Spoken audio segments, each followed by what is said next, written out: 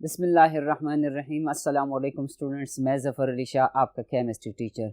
Students, आज की lecture में हम डिस्कस करेंगे केमिकल काइनेटिक्स चैप्टर को, विच इज़ चैप्टर नंबर 9, और उसमें topic collision theory. Collision theory है students, it is related to the rate of a chemical reaction. अब आपको पता है कि chemical kinetics is the branch of physical chemistry in which we discuss the rate of a chemical reaction, जिसमें हम rate of a chemical reaction की discussion करते हैं। रेट का मतलब है change in concentration per unit time. अगर हम रिएक्टेंट्स के लिए बात करेंगे तो रिएक्टेंट्स की कंसंट्रेशन में चेंज कैसे आएगा? जब वो प्रोडक्ट में कन्वर्ट होगा। प्रोडक्ट में कन्वर्शन पर रिएक्टेंट्स की कंसंट्रेशन कम होगी स्टूडेंट्स। प्रोडक्ट बनेगा तो प्रोडक्ट की कंसंट्रेशन में इंक्रीज आएगा। तो अब हम इसको इसी तरह भी डिफाइन कर सकते हैं रेट को, कि it is the decrease in concentration of reactants per unit time, or it is the increase in concentration of products per unit time. Rate की जगह पे हम velocity of a reaction की टर्मिनोलॉजी भी यूज कर सकते हैं और speed of a chemical reaction भी यूज कर सकते हैं। and you know that chemical reaction, जब हमारे पास पुराने बॉन्ड्स खत्म होंगे और न्यू बॉन्ड फॉर्मेशन हो विद डिफरेंट या न्यू एटम्स, उसको हम केमिकल चेंज कहते हैं। ठीक है स्टूडेंट्स, तो उसमें से कोलिजन थ्योरी रेट के बारे में हमें क्या इंफॉर्मेशन देती है, आइए डिस्कस करते हैं। स्टूडेंट्स, इंट्रोडक्शन में हम कह सकते हैं कि किसी भी रिएक्शन होने के लिए उसमें जो रिएक्टेंट्स इन्वॉल्व होंगे, उन रिएक्टेंट्स में लाजमी है कि वो आपस में एक दूसरे के करीब आए, क्लोज कांटेक्ट में आए। ठीक है, और कांटेक्ट में आने के बाद वो कोलिजन करे। तो जब वो क्लोज कांटेक्ट में आएंगे, कोलिजन होगा, प्रोडक्ट फॉर्मेशन होगी। This is the base of collision theory. Collision करना, मॉलिक्यूल्स का आपस में टकराना, ये कोलिजन थ्योरी का थीम है, या हम कह सकते हैं कि बुनियाद है। For a reaction to take place, reactants must come into contact. जैसे मैंने आपको बता दिया, क्लोज कांटेक्ट में इनको आना होगा। There must be a collision between the reactants. Reactants के दरमियान कोलिजन लाजमी है स्टूडेंट्स। अगर वो क्लोज कांटेक्ट में आ जाते हैं, एक दूसरे के साथ टकराते नहीं हैं, तो फिर तो रिएक्शन पॉसिबल नहीं होगा हमारे पास। अब मेन पॉइंट्स हैं इस थ्योरी के। पॉइंट नंबर फर्स्ट हमें बताता है कि for a chemical reaction to occur, particles. Students, जब भी केमिस्ट्री में हम पार्टिकल्स की बात करते हैं, in fact we are discussing atoms, molecules या आयंस, तो जनरली पार्टिकल्स की टर्मिनोलॉजी यूज होती है। तो particles of a reactants must collide with each other। ये तो इंट्रोडक्शन में ही आपको बताया गया कि first point of collision theory ये है कि रिएक्शन होने के लिए लाजमी है कि रिएक्टेंट्स एक दूसरे के नज़दीक आएँ। जब वो एक दूसरे के नज़दीक आएंगे तो उन रिएक्टेंट मॉलिक्यूल्स का आपस में कोलिजन जो है वो लाजमी है। जब कोलिजन होगा, in the resulting collisions atoms are rearranged, bonds are broken and formed. Bonds are broken का मतलब ये है स्टूडेंट्स के अगर हम ऑक्सीजन मॉलिक्यूल का हाइड्रोजन मॉलिक्यूल के साथ रिएक्शन डिस्कस करें, तो ऑक्सीजन ऑक्सीजन बॉन्ड और हाइड्रोजन हाइड्रोजन बॉन्ड का टूटना जो है ये लाजमी है फॉर अ केमिकल रिएक्शन। जैसे ऑक्सीजन ऑक्सीजन बॉन्ड, उसके साथ अगर हाइड्रोजन मॉलिक्यूल रिएक्शन करे for the formation of water, तो स्टूडेंट्स अब आप ऑब्जर्व करें कि यहाँ पर हाइड्रोजन ऑक्सीजन ऑक्सीजन बॉन्ड है, यहाँ पर हाइड्रोजन हाइड्रोजन बॉन्ड है, और प्रोडक्ट में आप देख सकते हैं कि हाइड्रोजन और ऑक्सीजन बॉन्ड है। अब पॉइंट नंबर फर्स्ट हमें कहता है कि इन रिएक्टेंट्स का ऑक्सीजन का हाइड्रोजन के साथ कोलिजन होगा। कोलिजन पर क्या होगा, मॉलिक्यूल्स जो होंगे ये अरेंज होंगे, रीअरेंजमेंट इसमें से होगी।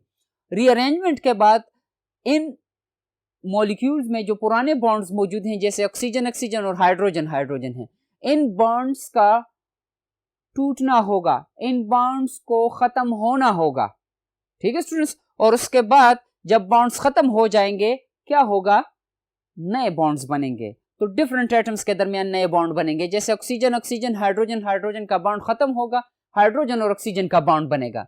ये पॉइंट नंबर फर्स्ट जो है हमें इसकी इंफॉर्मेशन देगा। और जब ये पहले वाले कंडीशंस क्लियर हो जाएंगे leading to the product formation, तब हमारे पास प्रोडक्ट फॉर्मेशन होगा। लेकिन प्रोडक्ट फॉर्मेशन ऐसे डायरेक्ट नहीं होगा स्टूडेंट्स के कोलिजन होगी और product is formed, no. Second point हमें ये इंफॉर्मेशन देता है कि reaction between the colliding particles can only take place if upon collision they possess a certain minimum amount of energy. Collision हो गया स्टूडेंट्स, अब इन बॉन्ड्स को तोड़ने के लिए एक specific amount of energy required है, ठीक है स्टूडेंट्स, जिसको हम पॉइंट नंबर 2 में मिनिमम अमाउंट ऑफ एनर्जी की वर्ड से एक्सप्लेन करेंगे। पॉइंट नंबर 3 में इस अमाउंट ऑफ एनर्जी की डिस्कशन है। इस अमाउंट को, मिनिमम अमाउंट को हम एक्टिवेशन एनर्जी कहते हैं स्टूडेंट्स।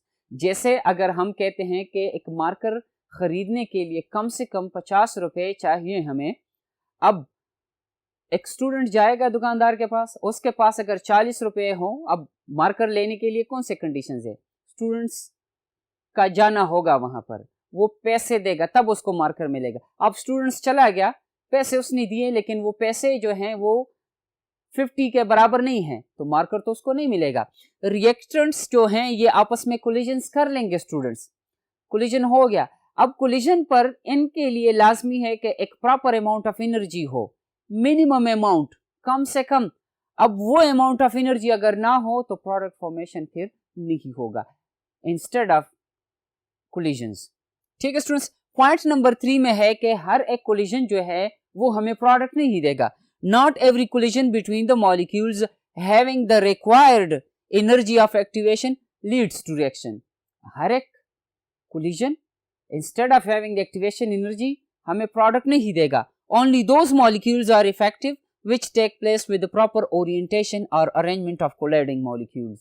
हर वो रिएक्शन, हर वो कोलिजन होगा जब एक्टिवेशन एनर्जी हो और प्रॉपर ओरिएंटेशन हो। अब अगर प्रॉपर ओरिएंटेशन ना हो स्टूडेंट्स तो फिर तो रिएक्शन पॉसिबल नहीं होगा, instead of having activation energy, ठीक है स्टूडेंट्स। आइए बोर्ड नंबर 2 पर इन पॉइंट्स की वजाहत करते हैं। स्टूडेंट्स, बोर्ड नंबर 1 पर हमने कोलिजन थ्योरी के पॉइंट्स डिस्कस किए, इसके बाद हम उन पॉइंट्स की वजाहत करते हैं।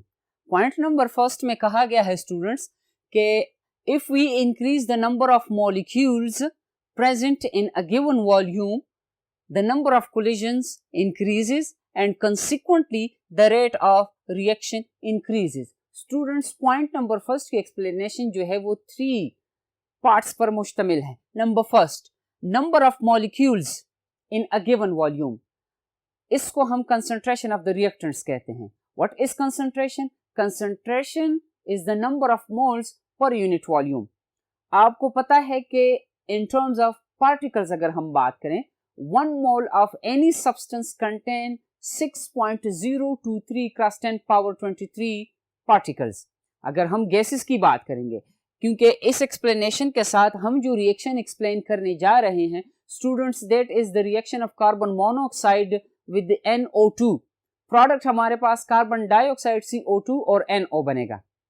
तो अगर हम कार्बन मोनोऑक्साइड की बात करें, यहां पर चूंकि गैस मॉलिक्यूल्स हैं, तो 6.023 क्रॉस 10 पावर 23 कार्बन मोनोऑक्साइड अगर 1 लीटर में होंगे तो हम कहेंगे एट STP, तो हम कहेंगे कि इट इज 1 मोल पर dm³।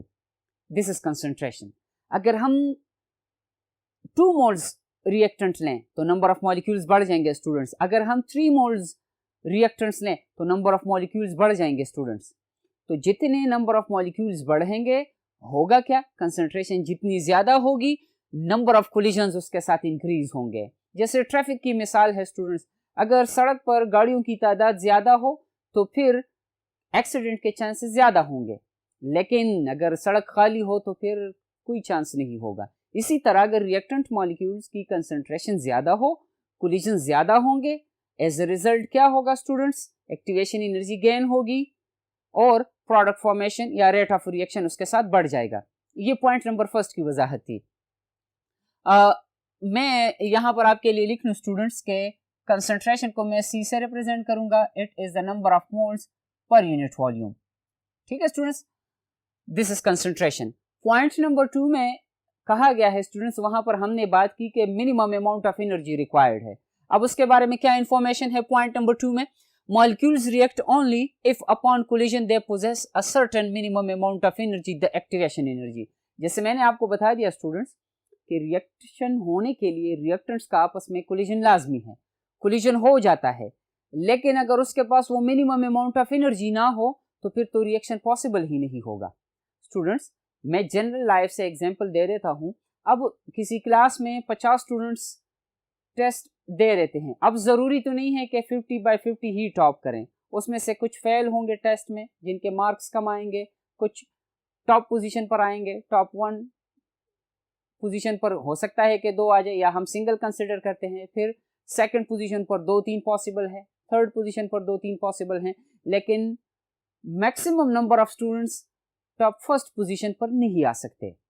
ठीक है स्टूडेंट्स, इसीलिए लेकिन हम कहते हैं कि कोलिजन नंबर थ्योरी के पॉइंट नंबर फर्स्ट में कि सारे स्टूडेंट्स जो है एग्जाम में हिस्सा ले रहे हैं, सारे मॉलिक्यूल जो है वो रिएक्शन में हिस्सा ले रहे हैं, कोलिजन कर रहे हैं, लेकिन सेकंड पॉइंट है कि minimum amount of energy required है। टेस्ट पास करने के लिए 50% मार्क्स चाहिए, लेकिन वो स्टूडेंट्स जो 50% मार्क्स तक पहुंच जाते हैं वो फिर पास हो जाएंगे।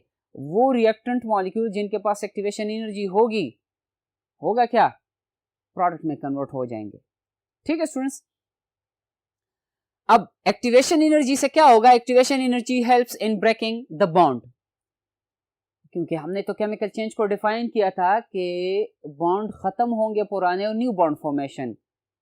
अब यहां पर एक्टिवेशन एनर्जी का काम क्या है, एक्टिवेशन एनर्जी का काम ये है कि वो बॉन्ड्स को, पुराने बॉन्ड्स को खत्म करे। स्टूडेंट्स पुराने बॉन्ड्स खत्म होंगे तो कैसे, activation energy depends on the nature of reactants. अब ये बॉन्ड एनर्जी पर डिपेंडेंट है।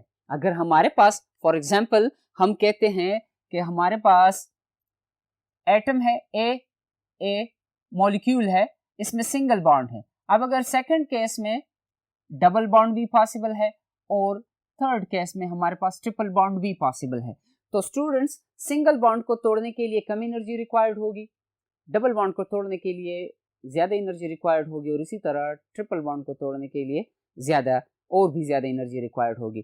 तो ये एक्टिवेशन एनर्जी जो है it depends on the nature of the bond.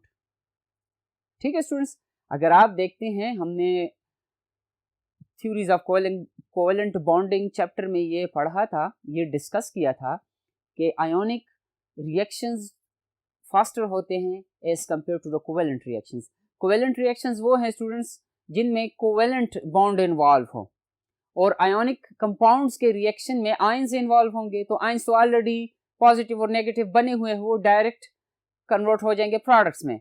लेकिन कोवेलेंट मॉलिक्यूल्स के रिएक्शंस में पहले बॉन्ड खत्म होंगे, उसके बाद न्यू बॉन्ड फॉर्मेशन होगा। ठीक है स्टूडेंट्स, तो कम से कम जो एनर्जी रिक्वायर्ड है, बॉन्ड एनर्जी जिसको हम कहते हैं, वो हर एक मॉलिक्यूल के लिए, हर एक कंपाउंड के लिए स्पेसिफिक अमाउंट में रिक्वायर्ड है, जिसको हम कह सकते हैं कि activation energy of each molecule is characteristic. एक स्पेसिफिक, एक खास एनर्जी रिक्वायर्ड होगी हर मॉलिक्यूल के लिए। If activation energy of a molecule is equal और greater than the energy of activation the reaction would occur. इसका मतलब ये है स्टूडेंट्स कि अगर एक्टिवेशन एनर्जी, सपोज हम एक लिमिट रखते हैं, एक प्रोपोज्ड लिमिट रखते हैं 50 किलो जूल्स पर मोल। अब अगर ये एनर्जी उन रिएक्टिंग मॉलिक्यूल के पास हो तो फिर रिएक्शन हो जाएगा, लेकिन अगर इससे कम हो तो फिर एनर्जेटिक होंगे, एनर्जी होगी उनके पास, लेकिन रिएक्शन पॉसिबल नहीं होगा।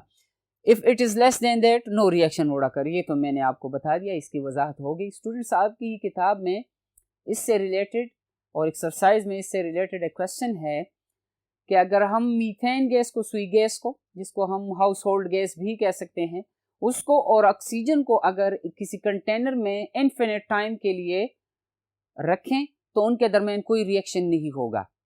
क्यों? इसलिए हम कहते हैं कि रिएक्शन होने के लिए एक minimum amount of energy required है। अगर वो मिनिमम अमाउंट ऑफ एनर्जी उन मॉलिक्यूल्स को मिले, हासिल करें किसी सोर्स से भी, तब वो प्रोडक्ट में कन्वर्ट होंगे। अब याद रखें कि जिस वक्त, जब तक हम एक्टिवेशन एनर्जी प्रोवाइड नहीं करते सुई गैस को और ऑक्सीजन को, किचन में जो गैस जलती है, जैसे ही हम माचिस की तीली जलाते हैं हम एक्टिवेशन एनर्जी प्रोवाइड करते हैं, और वो गैस जो है और ऑक्सीजन का मिक्सचर जो है वो एक स्पीड के साथ प्रोडक्ट में कन्वर्ट हो जाता है। ठीक है स्टूडेंट्स, एक्टिवेशन एनर्जी का कंसेप्ट वैसा ही है जैसे आपके साथ एक डिस्कस किया गया।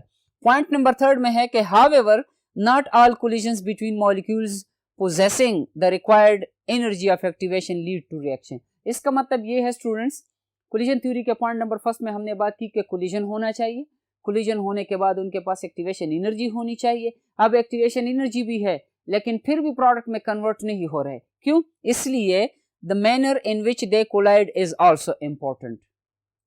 लाजमी है कि वो जिस तरीके से कोलिजन कर रहे हैं वो रिएक्शन होने के लिए प्रॉपर है या नहीं है। Some molecules must be oriented in a very specific manner for a reaction to occur। जैसे स्टूडेंट, इस स्टेटमेंट का मतलब ये है कि अगर हम इस मार्कर को दोबारा कैप करना चाहेंगे, अब अगर मैं इस मार्कर और कैप को इस अंदाज से लेके आऊँगा तो फिर मार्कर भी मौजूद है, कैप भी मौजूद है, लेकिन ये तो कवर नहीं होगा। इसको हमने एक स्पेसिफिक एंगल के साथ, एक स्पेसिफिक ओरिएंटेशन के साथ कैप को और मार्कर को एक दूसरे के नज़दीक लेकर आना है ताकि वो उसको कवर कर सके। स्टूडेंट्स, इस डिस्कशन से रिलेटेड, प्रॉपर ओरिएंटेशन से रिलेटेड एग्जाम्पल डिस्कस करते हैं जो कि बोर्ड नंबर 3 पर मौजूद है। आइए डिस्कस करते हैं। स्टूडेंट्स, आपकी किताब में कोलिजन थ्योरी से जो रिलेटेड एग्जाम्पल डिस्कस किया गया है students, that is the reaction of CO with NO2 and the product is CO2 and NO। Students, आपकी समझ के लिए, प्रॉपर ओरिएंटेशन की कंसेप्ट को समझने के लिए, कार्बन मोनोऑक्साइड को, जिसमें कार्बन एटम को रेड सर्कल से और ऑक्सीजन एटम को ब्लू सर्कल से रिप्रेजेंट किया गया है, इसी तरह NO2 मॉलिक्यूल में नाइट्रोजन को ब्लू से और ऑक्सीजन को रेड से रिप्रेजेंट किया गया है। स्टूडेंट्स, प्रोडक्ट में आप दोबारा देख सकते हैं, कार्बन डाइऑक्साइड की केस में oxygen are in red colour while carbon is in blue, और नाइट्रोजन ऑक्साइड या नाइट्रिक ऑक्साइड की केस में ब्लू नाइट्रोजन के लिए और रेड ऑक्सीजन के लिए। अब स्टूडेंट्स, इसमें से इस रिएक्शन को होने के लिए लाजमी है कि ये रिएक्टेंट्स आपस में कोलिजन करें।